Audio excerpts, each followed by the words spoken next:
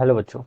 Let's read this question. So this question says, a circular coil of radius 4 centimeter has 50 turns. In the coil of a current 2 ampere is flowing. It is placed in a magnetic field of 0.1 watt s per meter square. All right, the amount of work done in rotating it through 180 degree from its equilibrium position will be. All right, equilibrium position से okay इसको rotate करने में कितना work done करना पड़ेगा। तो चलिए बच्चों इस क्वेश्चन को स्टार्ट करते हैं। So we can write down the key concept of this question. ठीक है, इस क्वेश्चन के बच्चों आप की कॉन्सेप्ट क्या लिख सकते हैं। देखिए, work done in magnetic field. ठीक है, अगर हम किसी भी कॉइल करंट कैरिंग कॉइल को मैग्नेटिक फील्ड में प्लेस करते हैं, किस प्लेट करते हैं मैग्नेटिक फील्ड में, और कॉइल क्या है आपकी करंट कैरिंग कॉइल है, तो उसके पास क्या होता है मैग्नेटिक मूवमेंट होगा। करंट कैरिंग कॉइल है तो मैग्नेटिक मूवमेंट होगा। ठीक है, मैग्नेटिक मूवमेंट है और वो किसी एक्सटर्नल मैग्नेटिक फील्ड में रखी हुई है। ठीक है, तो उस पर क्या लगता है आपका टॉर्क लगता है। क्या लगता है आपका टॉर्क लगता है। ठीक है, तो वो जब रोटेट करती है, ठीक है, अगर आप कोई वर्क डन करते हैं या फिर रोटेशन करते हैं किसमें, in the presence of any conservative field. Magnetic field क्या आपका कंजर्वेटिव फील्ड है। ठीक है, तो जो आप उसमें उस फॉर्म में क्या होता है आपकी एनर्जी स्टोर होती है। Work done in any conservative field क्या होता है आपका, इसकी पोटेंशियल एनर्जी फॉर्म में क्या होता है आपका स्टोर होता है। ठीक है,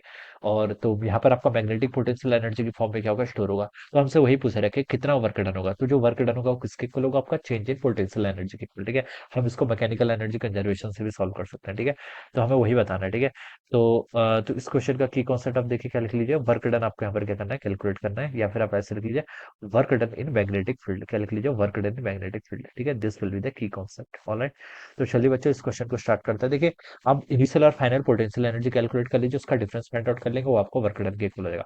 पोटेंशियल एनर्जी हम कैसे डिफाइन करते हैं, minus of M vector dot B vector. M की आपका मैग्नेटिक मूवमेंट, बी के आपका एक्सटर्नल मैग्नेटिक फील्ड का मैग्नीट्यूड। ठीक है, या फिर आप इसको ऐसे लिख लीजिए minus M B cos theta. ठीक है, ये आपका यहाँ पर आ जाएगा। ठीक है, this is our potential formula for the potential energy. सबसे पहले आप एम फाइंड आउट कर लीजिए। एम क्या है मैग्नेटिक मूवमेंट, एक सर्कुलर कॉइल है। ठीक है, मैग्नेटिक मूवमेंट है कैसे डिफाइन करते हैं, आई इंटू ए। यहाँ पर आपका नंबर ऑफ टर्न्स भी है तो एन से भी मल्टीप्लाई करेंगे। ठीक है, तो मैग्नेटिक मूवमेंट देखिए कितना हो जाएगा यहाँ से आपका मैग्नीट्यूड की अगर बात करूँ, एन देखिए आपका कितना है 50 टन्स है। ठीक है, और लेट एन कितना आपके यहाँ पर 50 टन्स के इक्वल देखा है इंटू आई। आई करंट आपकी देखिए यहाँ पर 2 एम्पियर की फ्लो कर रही है इंटू उसका एरिया। एरिया देखिए रेडियस गिवन कर रखी है कितनी 4 सेंटीमीटर। ठीक है, रेडियस आपका 4 सेंटीमीटर गिवन कर रखी है।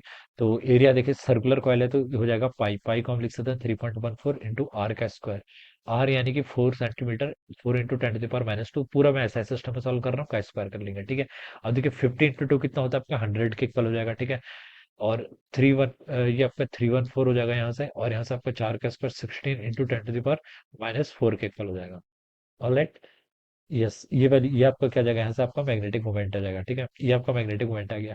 बी आपको पता है देखिए गिवन कर रखे हैं, कितना 0.1 के इक्वल है। तो बी का मैग्नीट्यूड देखिए कितना एक्सटर्नल मैग्नेटिक फील्ड आपका 0.1 के इक्वल है। ठीक है, आपको यहाँ पर से वर्क डन बताना है। ठीक है, तो देखिए बच्चों आप इसको ऐसे लिख लीजिए, पहले मान लीजिए आपका मैग्नेटिक मोमेंट और मैग्नेटिक फील्ड की डायरेक्शन क्या है आपकी सेम है। ठीक है, तो एंगल आपका कितना हो जाएगा जीरो हो जाएगा। ठीक है, एंगल कितना हो जाएगा आपका जीरो के इक्वल हो जाएगा। तो इनिशियल आपका magnetic moment minus M B के इक्वल है। ठीक है, ये अब मैंने यू आई लिख लिया। अब मैं इसको रोटेट कर रहा हूँ कितने से 180 डिग्री से। तो अब मैग्नेटिक मोमेंट और मैग्नेटिक फील्ड के बीच में एंगल कितना हो जाएगा, रोटेट करूंगा 180 डिग्री से। तो ठीक है, मैग्नेटिक मोमेंट की डायरेक्शन बेसिकली एरिया वेक्टर की डायरेक्शन होती है। ठीक है, ये आपकी कोई कॉइल है, अगर आपने इसको ऐसे रखा है, इसका एरिया वेक्टर इस डायरेक्शन में है, मैग्नेटिक फील्ड भी आपका इस डायरेक्शन में है। ठीक है, ये देखिए आप यहाँ पर एंगल कितना है जीरो। अब मैं इसको 180 डिग्री से अगर ऐसा रोटेट कर दूंगा तो ये आपकी ऐसे हो जाएगी। अब एरिया वेक्टर इधर हो जाएगा। ठीक है, और मैग्नेटिक फील्ड ऐसे ये हो जाएगा।